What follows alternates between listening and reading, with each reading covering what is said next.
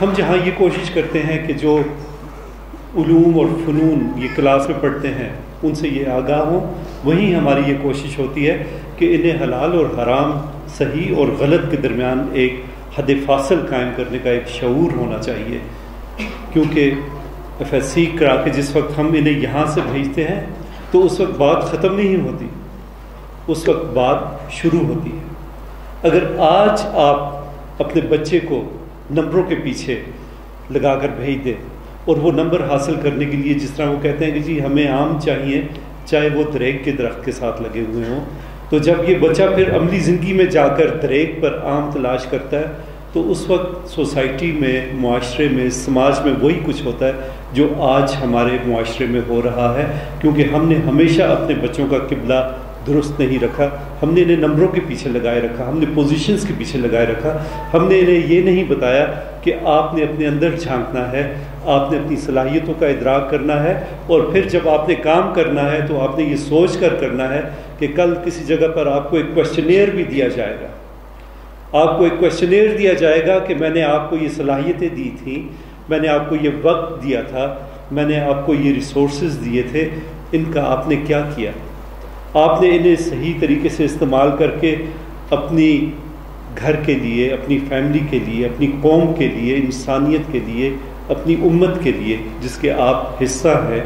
اس کے لیے آپ نے کوئی کام کیا، یا آپ ایک ایسی دوڑ میں شامل تھے جس کی کوئی منزل ہی نہیں تھی؟ اب آپ یہ دیکھیں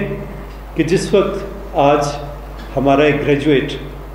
اس کے سامنے سب سے بڑا ایک ایم یہ ہوتا ہے کہ میں کسی طریقے سے ایک ڈگری حاصل کر لوں، وہ ڈگری اس کے پاس آ جاتی ہے،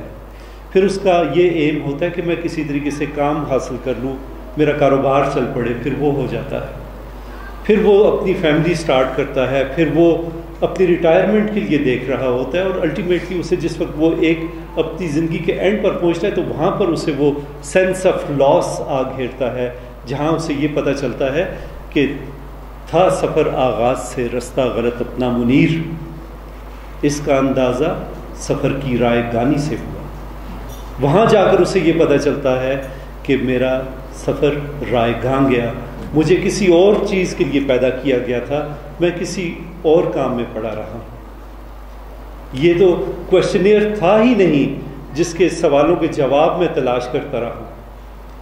مجھ سے تو جو پوچھا جائے گا وہ کچھ اور ہے،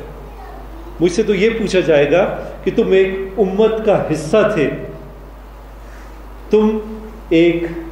نبی کے ماننے والے تھے، تم نے اپنے نبی کے نام کو بلند کرنے کے لیے صرف نعتیں پڑھی ہیں یا عملی طور پر کوئی کام کر کے اپنی امت کے لیے کچھ کیا بھی ہے؟ تم نے صرف گفتگو کے ذریعے، صرف تم نے کاغذوں کے اوپر قوانین لکھ کر وہ مقاصد حاصل کرنے کے لیے کوشش کی ہے، یا تمہارے اندر جو صلاحیتیں تھیں ان کو بروئے کار لا کر تم نے عملی طور پر بھی کچھ کیا ہے؟ آج ہماری سب سے بڑی ذمہ داری تعلیمی اداروں کی یہ ہے کہ ہم اپنے بچوں کو اس دنیا کے نظارے دکھائیں جہاں تک یہ پہنچ سکتے ہیں،